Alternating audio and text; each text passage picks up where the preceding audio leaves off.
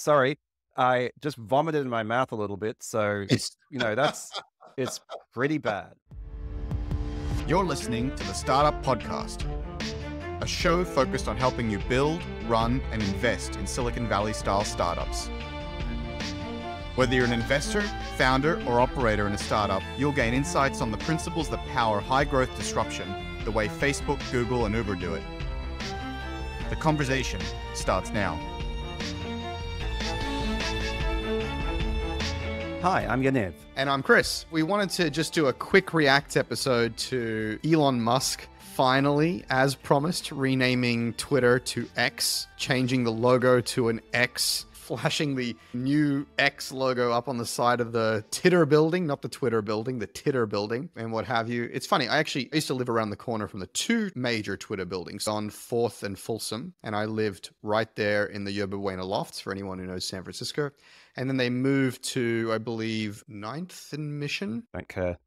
It's a landmark, right? And first he changes the sign from Twitter to Titter, and now he's flashing up the X logo on the side of the wall, changing all the icons. I just think this is a breathtaking example of brand destruction. I don't know why you buy one of the most famous brands in the developed world, a brand synonymous with real-time updates, information, journalism, celebrity, influence, and your first action is to undermine the influencers and celebrities and journalists with the blue checkmark debacle.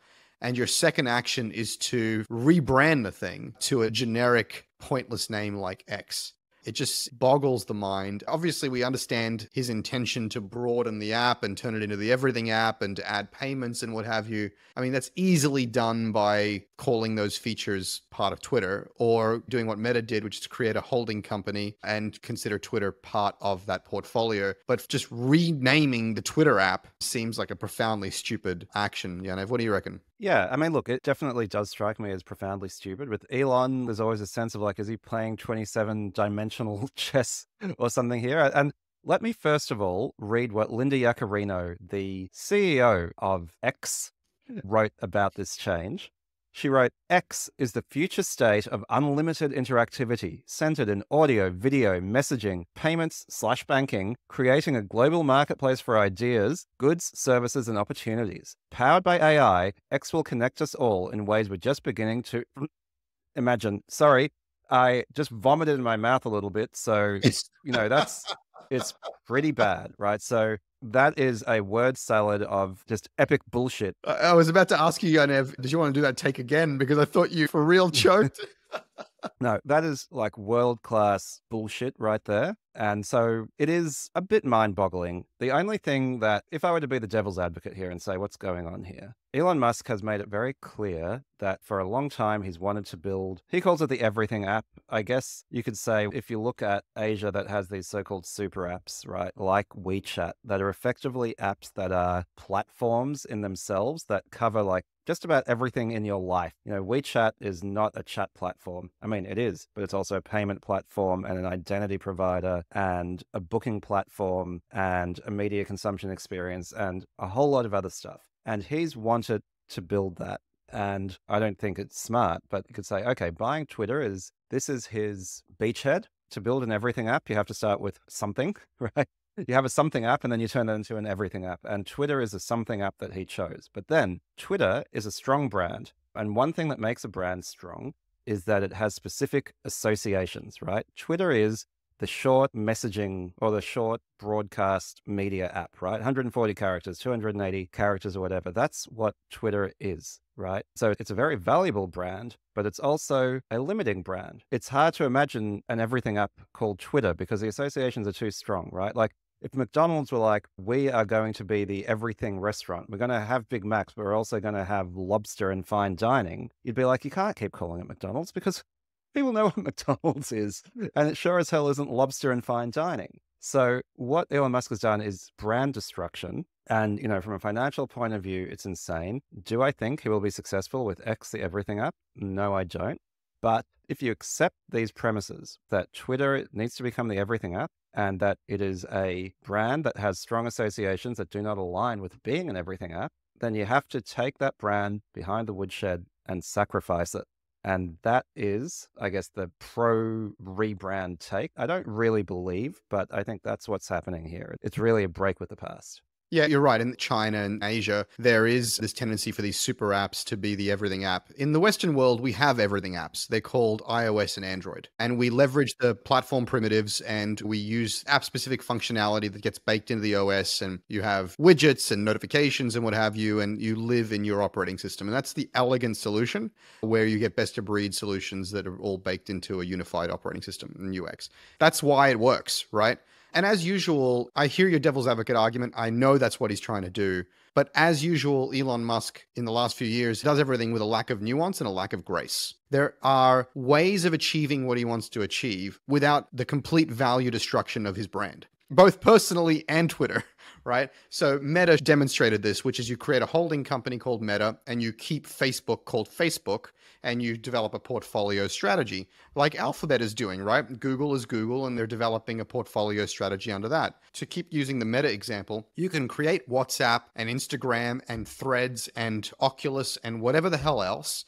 And you can create synergies between these apps. You can create a unified identity across them, the Meta identity.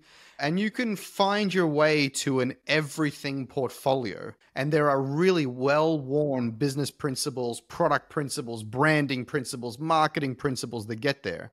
Or you can just be Elon Musk and you can just poke people in the eye and be a belligerent douchebag. And I don't understand why he's chosen the second path in the last few years. Well, are we doing an emergency hot take podcast on this? Yes, we are, right? So, in terms of, you could say all attention is good attention. Brand value of X is ramping up pretty fast because everyone is talking about it. What is Elon Musk good at? He's good at getting everyone talking about the things that he does. And again, I'm trying to provide a counterpoint here. Somebody tweeted at him in you response. Mean X'd at him? This is exactly my point. Someone said to him, if they were called tweets, what are they called now? And he wrote X's. And it's just like, shut the hell up, dude. Just go back to building rockets. Like, again, I'm very, very frustrated by this because I love Elon Musk's achievements in rocketry and autonomous driving and electric vehicles. He has moved society meaningfully forward and accelerated the advent of important changes in our world, important positive changes.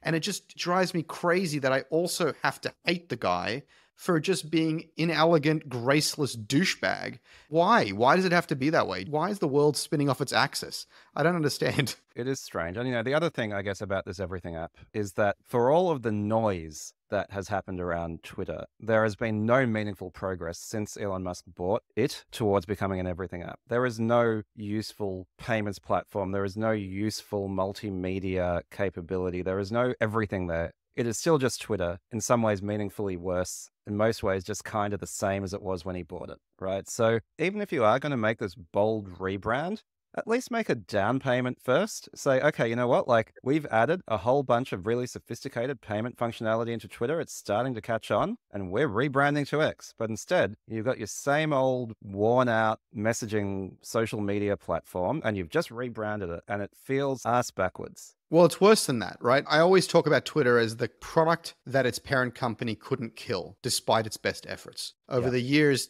the Twitter company has fumbled the ball on the Twitter product over and over and over again. But Twitter as a product and as a network has been so powerful, it has withstood those efforts to try to kill it. And I have always opened the Twitter app with fondness, even as I shook my head at the Twitter business.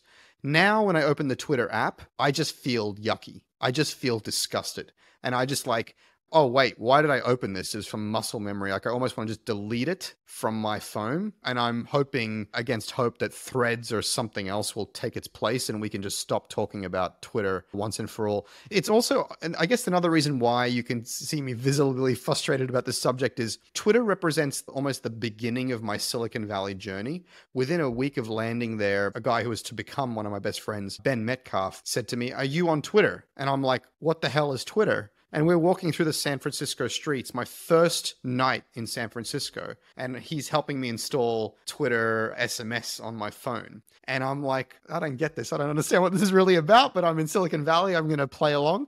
And it characterized the way that I became enmeshed in that community and South by Southwest. And it was the back channel for my Silicon Valley journey. And I think many of us have that kind of emotional attachment to Twitter and its presence on the skyline, on the street next to our homes and our offices in San Francisco.